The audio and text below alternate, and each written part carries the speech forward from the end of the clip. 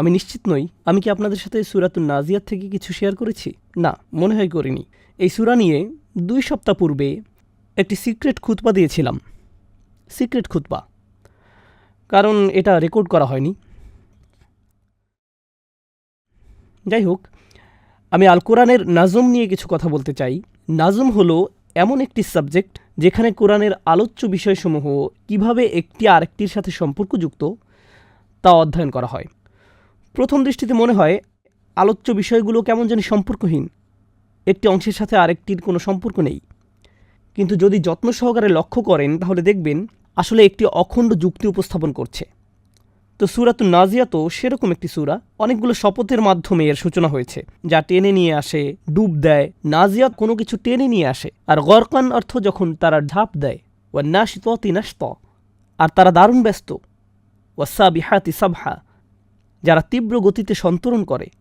ফাসাবিকাতি সাবকা, আর তারা ক্ষিপ্র গতিতে এগিয়ে যায়। ফাল মুদাব্বিরাতি আমরা, অতঃপর যারা সকল কর্ম নির্বাহ করে, তাদেরকে যে আদেশই প্রদান করা হচ্ছে তারা তা বাস্তবায়ন করছে। এগুলো হলো শপথ। আমরা জানি না কারা এই কাজগুলো করে। আল্লাহ আমাদের বলেননি তারা কারা। তারা টেনে নিয়ে আসে, তারা ঝাঁপ দেয়। এখন এর দ্বারা আসলে কি বোঝানো হচ্ছে এই বিষয়ে সাহাবাদের অভিমত পাওয়া যায়। আমরা এ নিয়ে পরে কথা বলবো। এই শপথগুলো শেষ হওয়ার সাথে সাথে অনেকগুলো আয়াত এসেছে বিচার দিবস নিয়ে। এমন দিন যেদিন কম্পনকারী প্রকম্পিত করবে। ইয়াউমা তারজুফুর রাজিফা তাতবাউহা রাজিফা, তারপর আসবে আরেকটি ভূকম্পন। কুলুবুন ইয়াউমাইযিন ওয়াজিফা, সেদিন অনেক হৃদয় ভীত সন্তুষ্ট হবে। আবসারুহা খাশিআ, তাদের দৃষ্টি ভীতিবিহ্বলতায় অবনমিত হবে। ইয়াকুলুনা ইন্না লামারদুদুনা ফিল হাফিরাহ, এখন আসছে পরবর্তী দৃশ্য। তারা বলে আমাদের কি আগের অবস্থায় ফিরিয়ে আনা হবে? অন্য কথায় আমাদের কি আবার আমাদের কবর থেকে উঠানো হবে? ফাইন্নামা হিয়া যাজরাতু ওয়াহিদা আইযা কুন্না ইযামান নাখিরা, আমরা যখন পচা গলা হাড় হয়ে যাব তখনও এই প্রত্যাবর্তন কিভাবে ঘটবে? তিলকা ইযান কাররাতিন খাসিরা ফাইন্নামা হিয়া যাজরাতু ওয়াহিদা।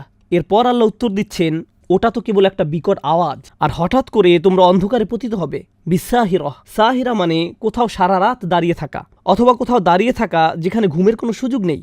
প্রথম বিষয় ছিল কতগুলো শপথ, যেখানে কিছু একটা উৎপাটন করে নেওয়া হচ্ছে। এর পরের বিষয় ছিল বিচার দিবস, এমন মানুষ যারা বিচার দিনের বাস্তবতা নিয়ে প্রশ্ন তুলেছে। তারপর হঠাৎ করে বলা শুরু হলো হাল আতাকা হাদিসু মুসা, মুসার বৃত্তান্ত কি তোমার কাছে পৌঁছায়নি? এরপর আরও এবং আরও বিষয়বস্তুর অবতারণা করা হচ্ছে। দৃশ্যত মনে হচ্ছে 1.5 পৃষ্ঠার মধ্যে প্রায় 6টি পৃথক বিষয়ের আলোচনা করা হচ্ছে। মনে হয় যেন একটার সাথে আরেকটার কোনো সম্পর্ক নেই, কিন্তু আসলে এই সবগুলো বিষয়ের মাধ্যমে অত্যন্ত চমৎকার একটি যুক্তি বোনা হচ্ছে। প্রথম আয়াতে আসলে 2টি চিত্র একই সাথে বর্ণনা করা হচ্ছে। আরবিতে আপনি পাবেন নাজিয়াত, আদিয়াত, আল আসিফাত ইত্যাদি। এই শব্দগুলো দিয়ে আসলে ঝড়, অশ্বের ছুটে চলা বোঝানো হয়। বেশিরভাগ সময় এগুলো দিয়ে এমন মানুষদের বোঝানো হচ্ছে যারা কোনো লোকালয়ে আক্রমণ করতে যাচ্ছে। আগের দিনের আরবরা ছড়ানো ছিটানো গ্রামে বা ক্যাম্পে বাস করত।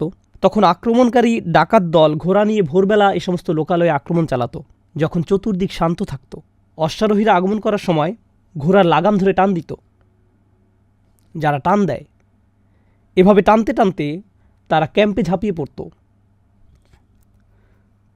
ওয়ান্নাজিআতি গরকা, তারা তখন খুবই ব্যস্ততার সাথে ছুটত, কারণ তাদেরকে একটার পর একটা তাঁবুতে লুটতারাজ চালাতে হতো। ওয়ান্নাশিতাতি নাশতা, তারা দ্রুত কাজ শেষ করে যেভাবে সহজে এসেছিল সেভাবে সহজে পালিয়ে যেত। ওয়াসাবিহাতি সাবহা, আর পালিয়ে যাওয়ার সময় তারা আসলে ধীরে ধীরে পালাতো না, কে অন্যের সাথে প্রতিযোগিতা করে দ্রুত পালিয়ে যেত। লোকালয় থেকে তাদেরকে দ্রুত সরে পড়তে হবে। ফাসাবিকাতি সাবকা, আদেশের বাস্তবায়ন করত। অন্য কথায় লুণ্ঠন করে তারা মালামাল সংগ্রহ করলো, এখন তারা এগুলো নিজেদের মাঝে বন্টন করতে লাগলো। এই দৃষ্টিকোণ থেকেও নজর দেওয়া যায় সম্পূর্ণ প্রথম চিত্রটার দিকে। ভিন্ন আরেকটি দৃষ্টিকোণ হলো সালাফদের দৃষ্টি। ফেরেশতাদের মানুষের শরীর থেকে রূহ টেনে নেওয়ার কথা এখানে বলা হয়েছে। ফেরেশতারা শরীরের ভিতরে ডুব দেয় এবং রূহ টেনে নিয়ে আসে, কিন্তু এখানে আসলে 2টি চিত্র একই সাথে তুলে ধরা হয়েছে। আপনাদেরকে বলছি কিভাবে। আল্লাহ আজ্জা ওয়া জাল্লা আখিরাতের কথা বর্ণনা করতে যাচ্ছেন, এবং হঠাৎ করেই কিভাবে এর আবির্ভাব ঘটবে তোমাদেরকে কোনো সতর্ক সংকেত দেওয়া হবে না। আরবরা তখন বলতো আপনি কি বোঝাতে চাচ্ছেন? তখন আল্লাহ বলছেন তোমাদেরকে আমি এমন একটি দৃশ্যের উদাহরণ দিচ্ছি যা তোমরা কল্পনা করতে পারো। যখন তারা রাতের বেলা হঠাৎ করে আক্রান্ত হতো, ঠিক যেমন ফেরেশতারা হঠাৎ করে এসে রূহ টেনে নিয়ে যাবেন, তারা আকাশ থেকে সাঁতার কাটার মতো ভাসতে ভাসতে নেমে আসবেন, ঠিক যেভাবে অশ্বারোহী ডাকাতেরা মরুর বুক চিরে এগিয়ে আসে, ফেরেশতারা আদেশের বাস্তবায়ন করবেন যেভাবে অশ্বারোহীরা এসে তাদের সর্দারের আদেশ বাস্তবায়ন করবে। আর আকস্মিকভাবে এটা ঘটে, রাতের নিস্তব্ধতা ভেঙে তাদের আগমন ঘটে। এরপর তিনি বিষয়বস্তু পরিবর্তন করে বলেন, ঠিক এভাবে কিয়ামতের ভূকম্পন প্রকম্পিত করবে। ইয়াউমা তারজুফুর রাজিফা, সেদিন ভূকম্পন প্রকম্পিত করবে। তারপর আসবে আরেকটি ভূকম্পন, ঠিক যেভাবে আক্রমণকারীরা ঢেউয়ের মতো একের পর এক আসতে থাকে।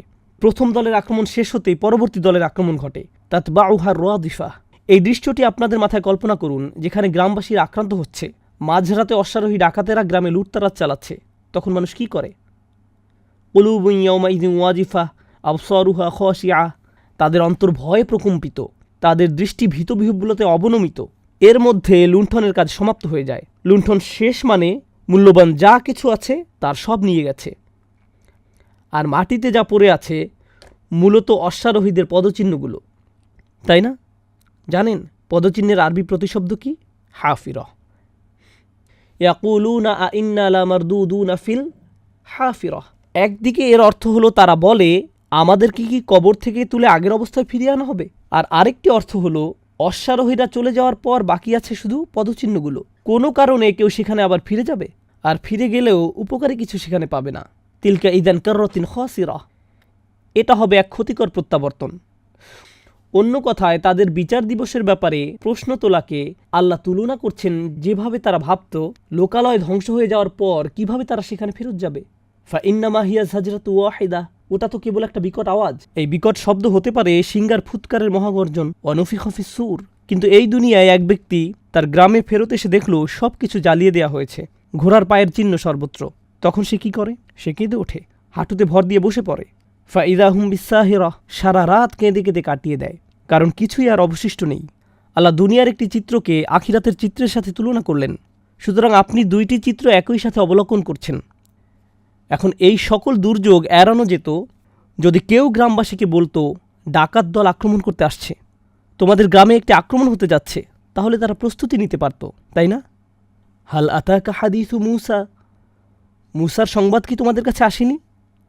আল্লাহ যখন মূসাকে তার কাছে ডেকে আনলেন, ফেরাউনের কাছে গিয়ে তাকে সাবধান করতে পারেন। ইযহাব ইলা ফিরআউনা ইন্নাহু তাগা। ফেরাউনের কাছে যাও, সে সীমালঙ্ঘন করছে। কারণ ফেরাউনকে সাবধান করা উচিত যে আক্রমণ আসছে, সাবধান হও। আর যখন কাউকে এভাবে আক্রমণের ব্যাপারে সাবধান করতে যাবেন, প্রমাণ উপস্থাপন করা উচিত। ফাআরাহুল আয়াতাল কুবরা ফাকাযযাবা ওয়া আসা। তিনি তাকে সবচেয়ে বড় প্রমাণ দেখিয়েছেন, তারপরও সে মিথ্যা প্রতিপন্ন করল এবং সে মুখ ফিরিয়ে নিল। তো আল্লাহ এখন বর্ণনা করছেন রাসূল পাঠানোর উদ্দেশ্য কোনো জাতিকে ধ্বংস করে দেয়া নয়, বরং তাদেরকে রক্ষা করা। সূরা নূরের আলোচনায় যেটা আমি আরো ভালোভাবে ব্যাখ্যা করেছি, ফাকাযযাবা ওয়া আসা সুম্মা আদবারা ইয়াসআ। অতঃপর সে আল্লাহর বিরুদ্ধে জোর প্রচেষ্টা চালানোর জন্য উল্টো পথে ফিরে গেল। অন্য কথায় তুমি চেষ্টা চালানো শুরু করেছ তার বিরুদ্ধে যে তোমাকে সাবধান করেছে। ফাহাশারা ফানাদা। সে সকলকে সমবেত করলো এবং উচ্চস্বরে ঘোষণা করলো। এই অংশটা আসলেই চমকপ্রদ। গোটা সতর্কতা বিচার দিবস সম্পর্কে, তাই না? বিচারের দিন আল্লাহ সবাইকে একত্রিত করবেন, কিন্তু ফেরাউন সিদ্ধান্ত নিল সে তার নিজের হাসর আহ্বান করবে। ফাহাশারা। বিচারের দিন আল্লাহ ঘোষণা দিবেন, কিন্তু সে সিদ্ধান্ত নিল সে তার নিজের ঘোষণা প্রদান করবে। বিচারের দিন আল্লাহ ঘোষণা দিবেন, লিমানিল মুলকুল ইয়াউম লিল্লাহিল ওয়াহিদিল কাহ্হার। আজকে রাজত্ব কার? পরাক্রান্ত আল্লাহর। ফেরাউন লোকজনকে জড়ো করলো, আল্লাহকে ডাকার পরিবর্তে সে ঘোষণা করলো, আনা রব্বুকুমুল আ'লা। আমি তোমাদের সর্বশ্রেষ্ঠ রব। সুবহানাল্লাহ। তুলনাটা লক্ষ্য করেছেন? বিচার দিবসে কি ঘটবে আমাদের প্রকৃত রবের সাথে, আর অন্যদিকে এই ইডিয়েট কি করছে?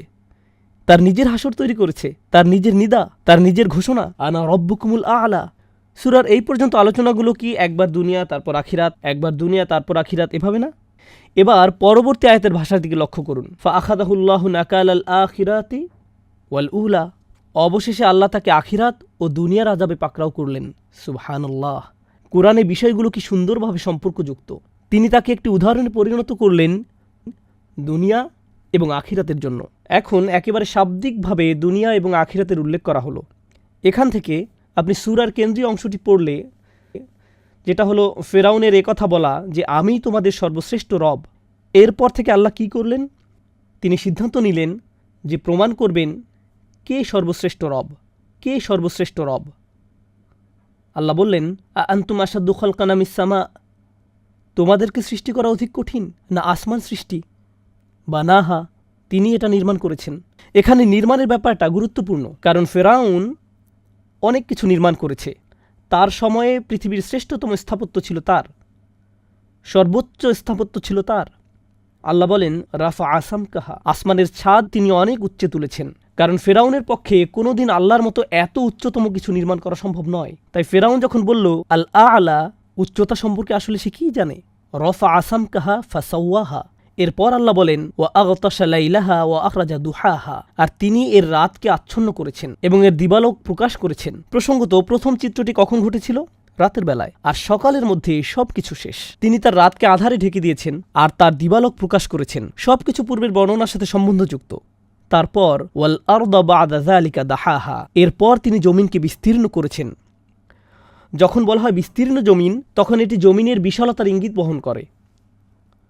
কোনো লোকালয় যখন আক্রান্ত হয়, কোরআন তাকে বর্ণনা করে দাকাত আলাইহিমুল আরদু বিমা রহবাত, পৃথিবী বিস্তীর্ণ হওয়া সত্ত্বেও তাদের জন্য সংকীর্ণ হয়ে গেল, তাদের পালানোর কোনো জায়গা নেই।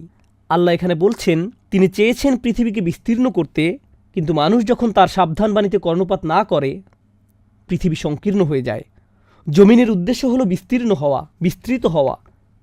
প্রসঙ্গত ফেরাউন বিশ্বাস করত তার বিশাল মাঠের পর মাঠ রয়েছে, তার সুদীর্ঘ নদী রয়েছে। ওয়াহাদিহিল আনহারু তাজরি মিন তাহতি, কুরআনে বলা হয়েছে এই নদীগুলো আমার নিম্নদেশে প্রবাহিত হয়। অতপর তিনি জমিনকে বিস্তীর্ণ করেছেন। এটা বলার পর আল্লাহ বলছেন আখরাজা মিনহা মা আহা ওয়ামার আহা, আল্লাহ তার ভিতর থেকে বের করেছেন পানি। তুমি মনে করেছো তুমি নদীগুলোর মালিক? তিনি এগুলোতে পানি প্রবাহিত করছেন এবং তৃণভূমি তৈরি করেছেন। তৃণভূমি মানে দুনিয়ার সবুজ শ্যামল তৃণলতা। তো আল্লাহ বলছেন পৃথিবীকে আরামদায়ক এবং বিস্তীর্ণ করে তৈরি করা হয়েছে। পানি স্বস্তি ও জীবনের মাধ্যম। তিনি পানি বের করেন যেন তোমরা শ্যামলিমা এবং জীবন পেতে পারো। কিন্তু ফেরাউনের ক্ষেত্রে পৃথিবী সংকীর্ণ হয়ে গেল, আর পানি জীবনের উৎস না হয়ে মৃত্যুর উৎসে পরিণত হলো। অন্য কথায় এই দুনিয়াতে আল্লাহ যে জিনিসগুলো নিয়ামত হিসেবে তৈরি করেছেন, আপনি যদি সঠিকভাবে এগুলোর ব্যবহার না করেন, এই জিনিসগুলো আপনার মৃত্যুর উৎসে পরিণত হতে পারে। একই জিনিস, একই নিয়ামত বিষে পরিণত হবে। আখরাজা মিনহা মা আহা ওমার আহা ওয়াল জিবালা আর সাহা, আর পর্বতগুলোকে তিনি দৃঢ়ভাবে প্রথিত করেছেন। ইরসা ব্যবহৃত হয় তাঁবু টাঙানোর জন্য, যখন বিশাল খুঁটি মাটিতে গেড়ে দেওয়া হয়, এটাকে বলা হয় ইরসা। যখন আপনি গেড়ে দেন, তিনি বলেন তিনি পর্বতগুলোকে গেড়ে দিয়েছেন। অনেকে বৈজ্ঞানিক দৃষ্টিতে আয়াতগুলো অধ্যয়ন করে এবং পর্বত কিভাবে তৈরি হয়েছে ইত্যাদি নিয়ে আচ্ছন্ন হয়ে পড়ে। দেখুন, এই আয়াতের মূল বিষয় এটা না, জানেন এই আয়াতের বিষয়বস্তু কি? আপনি যদি ফেরাউনের স্থাপত্যগুলোর দিকে তাকান, তারা পর্বতকে নকল করতে চেয়েছিল। তারা পিরামিডগুলোকে পর্বতের মতো করে নির্মাণ করতে চেয়েছিল, কারণ পর্বত শক্তির নিদর্শন। এই পর্বতগুলো তৈরি করার জন্য তাদেরকে নিচ থেকে নির্মাণ করে উপরে উঠতে হয়েছিল। তাহলে উঁচু করে নির্মাণ করতে হলে আপনাকে প্রথমে নিচের দিক থেকে শুরু করে আস্তে আস্তে উপরে উঠতে হবে। আল্লাহর স্থাপত্য, পর্বতগুলো যে কোনো পিরামিডের চেয়ে বহু উঁচু এবং লম্বা, তাকে নিচ থেকে তৈরি করতে হবে না। তিনি এগুলোকে উপর থেকে গেড়ে দিয়েছেন। কে আল আলা, বুঝতে পারছেন? ওয়াল জিবালা আর সাহা, এর ভাষা এতটাই শক্তিশালী। আল্লাহ কি চমৎকার ভাবেই না এই লোকের দাম্ভিকতার জবাব দিচ্ছেন। মাতা আল্লাকুম ওয়ালিয়ান আমিকুম, জীবিকার সামগ্রী। এই সমস্ত তোমাদের আর তোমাদের গৃহপালিত পশুগুলোর জীবিকার সামগ্রী। ফাইদা জাআতি তাম্মাতুল কুবরা, অতঃপর যখন মহাসংকট এসে যাবে। আল কুবরা শব্দটি দ্বিতীয়বার আসলো। ফাআরাহুল আয়াত আল কুবরা, ফাইদা জাআতি তাম্মাতুল কুবরা। কেন? কারণ ফেরাউনকে মহাপ্রমাণ দেখানো হয়েছিল যেন সে সতর্কতা গ্রহণ করে, মহাসংকটের ব্যাপারে সাবধানতা অবলম্বন করতে পারে। তাই তিনি যখন মহাসংকটের আয়াতে এসে পৌঁছবেন, আপনার মনে পড়বে তোমার তো এর জন্য প্রস্তুত থাকা উচিত ছিল। ফাআরাহুল আয়াতাল কুবরা ইয়াউমা ইয়াতাযাক্কারুল ইনসানু মা সাআ, সেদিন মানুষ স্মরণ করবে যা কিছু করার জন্য সে জোর প্রচেষ্টা চালাতো। আবার লক্ষ্য করুন, সাআ দ্বিতীয়বারের জন্য আসলো। আগে বলা হয়েছে সুম্মা আদবারা ইয়াসআ। এখানে আল্লাহ আমাদেরকে মনে করিয়ে দিচ্ছেন সেসব মানুষের প্রচুর ক্ষমতা ছিল, যা ইচ্ছা তাই করার পেছনে ছুটত। এখন তারা মনে করবে তারা ভুল সব জিনিসের পেছনে ছুটেছিল। তুলনাটা ফেরাউনের সাথে করে বোঝানো হয়েছে। অবুররিজাতিল জাহিমু লিমান ইয়ারা, এটা এত চমৎকার। আর জাহান্নামকে প্রকাশ করা হবে তার জন্য যে দেখতে চায়। প্রসঙ্গত, আমরা কি জাহান্নাম দেখতে চাই? না। যেটা দেখা দরকার ছিল তা হলো আল্লাহর রসুল তোমাদের সামনে যা উপস্থাপন করেছিলেন ফাআরাহুল আয়াতাল কুবরা, তিনি তোমাদের কাছে এসেছিলেন যেন তোমরা সবচেয়ে বড় নিদর্শন দেখতে পারো। এটাই তোমরা দেখতে চাওয়া উচিত ছিল, যেন তোমাকে জাহান্নাম দেখতে না হয়। কারণ তুমি যদি এই নিদর্শনগুলো দেখতে না চাও, তোমাকে জাহান্নাম দেখতে হবে, একটা না একটা তোমাকে দেখতেই হবে। অবুর রিজাতিল জাহিমু লিমান ইয়ারা। এরপর আল্লাহ বলেন, ফাআম্মা মান তাগা ওয়া আসারাল হায়াতাদ দুনিয়া ফাইন্নাল জাহিমা হিয়াল মাওয়া। যে দুনিয়ার জীবনকে প্রাধান্য দিয়েছে তার আশ্রয়স্থল হলো জাহান্নাম, তার আশ্রয়স্থল হলো জাহান্নাম। এখানে আশ্রয়স্থল শব্দটির প্রয়োগ অসাধারণ। প্রথমে তিনি বলছেন যে এই দুনিয়ার জীবনকে প্রাধান্য দেয়। এখানে আশ্রয়স্থল শব্দটির প্রয়োগ অসাধারণ। প্রসঙ্গত আমাদের তো উভয় জীবনকে প্রাধান্য দেওয়ার কথা, আখিরাতকে দুনিয়ার উপর নয়। আমাদের তো দুনিয়ার সেরাটা এবং আখিরাতেরও সেরাটা চাওয়ার কথা। রব্বানা আতিনা ফিদ দুনিয়া হাসানা অফিল আখিরাতে হাসানা। আপনার তো উভয় জগতের মধ্যে ভারসাম্য রাখার কথা। ঠিক এই সূরায় উপস্থাপিত চিত্রগুলোর মতো সবকিছু এখানে দ্বৈত দ্বৈত দ্বৈত। এই আয়াতে এসে পৌঁছার পর জাহিমে অর্থাৎ জাহান্নামে সে আশ্রয়স্থল খুঁজে পাবে। সূরার শুরুতে ডাকাতদের আক্রমণের একটা চিত্র আঁকা হয়েছিল। ডাকাতের আক্রমণ হলে আপনি কোথায় যেতে চাইবেন? একটি আশ্রয়স্থল খুঁজবেন। আজ এই মানুষগুলোর কোনো আশ্রয়স্থল থাকবে না। তাদের জন্য বিচার দিবসের পর আশ্রয় নেওয়ার জায়গাটা হবে বিচার দিনের ভয়াবহতার চেয়েও বহুগুণে ভয়ানক। ওয়া আম্মা মান খাফা মাকামা রাব্বিহি ওয়া নাহান নাফসা আনিল হাওয়া। যে স্বীয় রবের সামনে দাঁড়ানোকে ভয় করে। আল্লাহ এমন ধরনের ভাষা এখানে ব্যবহার করলেন কেন? তিনি বলতে পারতেন খাফ আল্লাহ, যে আল্লাহকে ভয় করে, কিন্তু তিনি বলছেন যে তার রবের সামনে দাঁড়ানোকে ভয় করে। রব শব্দটি কি প্রথমবারের মতো ব্যবহার করা হচ্ছে? না। ফেরাউন বলেছে আনা রব্বুকুমুল আলা। ফেরাউন সম্পর্কে ভাবলে একটা বিষয় মাথায় আসবে। ফেরাউন বলেছিল লাআল্লি আত্তালিউ ইলা ইলাহি মূসা, তোমরা কেন আমার জন্য একটি টাওয়ার নির্মাণ করছো না? আমি আকাশে উঠব এবং গিয়ে মূসার রবের সাথে কথা বলতে চাই। সে আল্লাহ সুবহানাহু ওয়া তাআলার সামনে গিয়ে মুখোমুখি দাঁড়াতে চায়। সূরার শেষাংশে আল্লাহ বললেন যে তার রবের সামনে দাঁড়ানোকে ভয় পায়। মান খাফা মাকামা রাব্বিহি ওয়া নাহান নাফসা আনিল হাওয়া, এবং নিজেকে কামনা বাসনা থেকে নিবৃত্ত রেখেছিল। ফাইন্নাল জান্নাতা হিয়াল মাওয়া, তখন জান্নাত হবে তার আশ্রয়স্থল। প্রসঙ্গত কোরআনে আর কোনো জাতিকে, আমার জানা মতে আর কোনো জাতিকে জান্নাত হিসাবে অভিহিত করা হয়নি একমাত্র ফেরাউন ছাড়া। কাম তারাকু মিন জান্নাতিন ওয়া উয়ুন, হো মাই গড, ওয়া নি'মাতিন কানু ফিহা ফাকিহিন, আর নানা বিলাস সামগ্রী যাতে তার আনন্দ উপভোগ করত। কোরআনে বর্ণিত একমাত্র অন্য আর যেসব সম্প্রদায় সম্পর্কে আমি জানি যাদের দুনিয়াবি সম্পদের বর্ণনা আল্লাহ এমনভাবে দিচ্ছেন যেন তিনি আসল জান্নাতের বর্ণনা দিচ্ছেন, তারা হলো মিশরীয়রা। যখন তারা পানিতে ডুবে গেল, আল্লাহ বলেন তারা ছেড়ে গিয়েছিল কত বাগান ও ঝর্ণা, কত নিয়ামত, নানা বিলাস সামগ্রী যাতে তার আনন্দ উপভোগ করত। যে শব্দগুলো ব্যবহার করা হয়েছে তাদের ফেলে যাওয়া বিলাস সামগ্রীর বর্ণনা প্রদানে ফেরাউনের সম্পদের বা মিশরীয়দের সম্পদের বর্ণনা ছাড়া অন্য যে জায়গায় এই শব্দগুলো ব্যবহার পাওয়া যায় তা হলো জান্নাত। অবাক করা ব্যাপার, এখানে আল্লাহ বলেন ফাইন্নাল জান্নাতা হিয়াল মাওয়া। সত্যিকারের জান্নাত ফেরাউনের দুনিয়াবি জান্নাত নয়। সত্যিকারের জান্নাত হলো ওই ব্যক্তির আশ্রয়স্থল যে নিজেকে কামনা বাসনা থেকে বিরত রাখতে পেরেছিল। ইয়াসআলুনাকা আনিস সাআহ, তারা আপনাকে সময় সম্পর্কে জিজ্ঞেস করে। কোন সময়?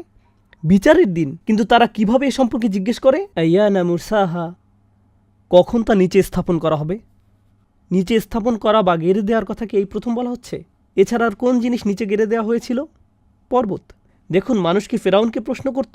ফেরাউন যখন বলতো আমি শাস্তি দিব, তখন কেউ কি তাকে জিজ্ঞেস করত কখন তুমি আমাদেরকে শাস্তি দিবে? এই প্রশ্ন করতে হলে আপনাকে চরম বোকা হতে হবে। ফেরাউনকে, যে এই বিশাল প্রাসাদের অধিপতি, তাকে গিয়ে কি জিজ্ঞেস করবেন কখন শাস্তি দিবে আমাদেরকে? কারণ আপনি যদি বলেন কখন শাস্তি দিবে, তখন সে বলবে আমি পরে এক সময় শাস্তি দেওয়ার কথা চিন্তা করেছিলাম, কিন্তু তোমার জন্য স্পেশাল শাস্তির আয়োজন করছি এখনই। ব্যাপারটি কেমন না? তাহলে তুমি এই লোককে ভয় পাচ্ছ যে এই ছোট্ট পিরামিডের মালিক, কিন্তু তুমি তাকে ভয় পাচ্ছ না যিনি পর্বতকে স্থাপন করেন। আর তুমি এটা বলার দুঃসাহস দেখাও কখন এটা নিচে ফেলা হবে। শুধু মুরসা শব্দটি আপনাকে মনে করিয়ে দেওয়ার কথা যিনি উপর থেকে পর্বতকে ছেড়ে দেন। তিনি এতটা ক্ষমতাশালী যে তোমার বোকার মতো প্রশ্ন করা উচিত নয় বিচারের দিন কবে আসছে। ফিমা আনতা মিন যিকরাহা, তা উল্লেখ করার কি জ্ঞান তোমার আছে? তুমি এ সম্পর্কে বলার কে? ইলা রব্বিকা মুনতাহাহা, এ সংক্রান্ত জ্ঞান তোমার প্রতিপালক পর্যন্তই শেষ। অর্থাৎ কখন এটা ঘটবে, কখন এটা আসবে, কখন এর সমাপ্তি হবে, এর সব কিছু আল্লাহর হাতে।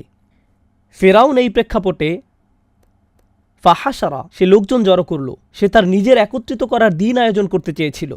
আর আল্লাহ বলছেন, আমি আমারটার মালিক, কারও এতে নাক গলানোর সুযোগ নেই। ইলা রব্বিকা মুনতাহাহা ইন্নামা আনতা মুনজিরু মান ইয়াখশাহা, যারা একে ভয় করে তুমি কেবল তাদের সতর্ক করতে পারবে। এখন আসছে আমার প্রিয় আয়াত, শেষ আয়াত। কাআন্নাহুম ইয়াওমা ইয়ারাউনাহা, কাআন্নাহুম ইয়াওমা ইয়ারাউনাহা, যেদিন তারা তা দেখবে, লাম ইয়ালবাসু ইল্লা আশিয়াতান আও দুহাহা, সেদিন তাদের মনে হবে তারা পৃথিবীতে এক সন্ধ্যা বা এক সকালের বেশি অবস্থান করেনি। সেই রাত এবং সেই সকাল, কোথায় এই গোটা সূরার সূচনা হয়েছিল? ডাকাত দলের অতর্কিত আক্রমণের মাধ্যমে। এই আক্রমণ কখন ঘটেছিল? রাত এবং সকালের মাঝে। এখন আপনি যদি সেই আক্রমণের মুখে পড়তেন, ভীত সন্ত্রস্ত হয়ে পড়তেন, মনে করতেন আপনার জীবন শেষ। যদিও বেঁচে যেতেন, সারা জীবন ধরে আপনি শুধু সেই রাতের কথা মনে রাখতেন, যখন বিচার দিবস আসবে, ফেরেশতাদের আক্রমণ ঘটবে, মানুষকে কবর থেকে উঠানো হবে। মনে করুন মানুষ তাঁবুতে ঘুমাচ্ছে, হঠাৎ আক্রমণ, কি হয়েছে কি হয়েছে? মানুষ তাদের কবরে ঘুমাচ্ছিল, জেগে উঠে বলবে কি হয়েছে কি হয়েছে। ডাকাতরা আপনাকে বিছানা থেকে টেনে তুলবে, ফেরেশতারা কবরে এসে মানুষকে টেনে তুলবে। এমনটাই ঘটবে। আর এটা যখন ঘটবে, তারা তাদের জীবনের আর কিছুই মনে রাখবে না। কি ছাড়া? সেই রাত। শুধু সেই রাতের কথাই তাদের মনে থাকবে। সেই রাত। তারা তাদের জীবনের আর কিছুই মনে রাখবে না। কাআন্নাহুম ইয়াওমা ইয়ারাউনাহা লাম ইয়ালবাসু ইল্লা আশিয়াতান আও দুহাহা। দুইটি চিত্র অসাধারণভাবে মিলে গেল সূরার শেষে এসে। ব্যাপারটা বিস্ময়কর, অসাধারণ সুন্দর। কিভাবে আল্লাহ আজ্জা জাল্লা কথা বলেন।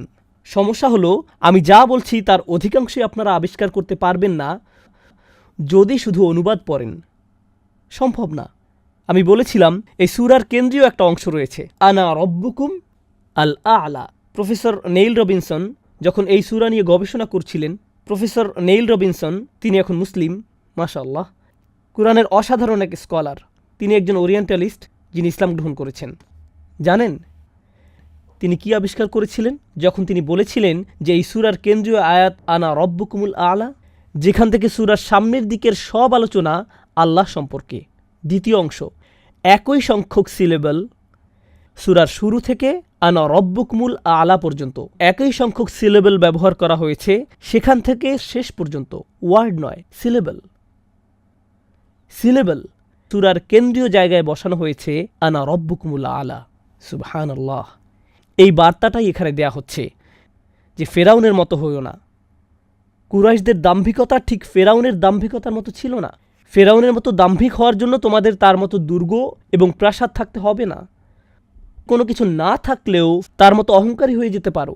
আল্লাহ আজ্জা জাল্লা আমাদেরকে আরও ভালোভাবে বুঝার তৌফিক দান করুন। বারাকাল্লাহু লি ওয়া লাকুম। আসসালামু আলাইকুম ওয়া রাহমাতুল্লাহি ওয়া বারাকাতুহু।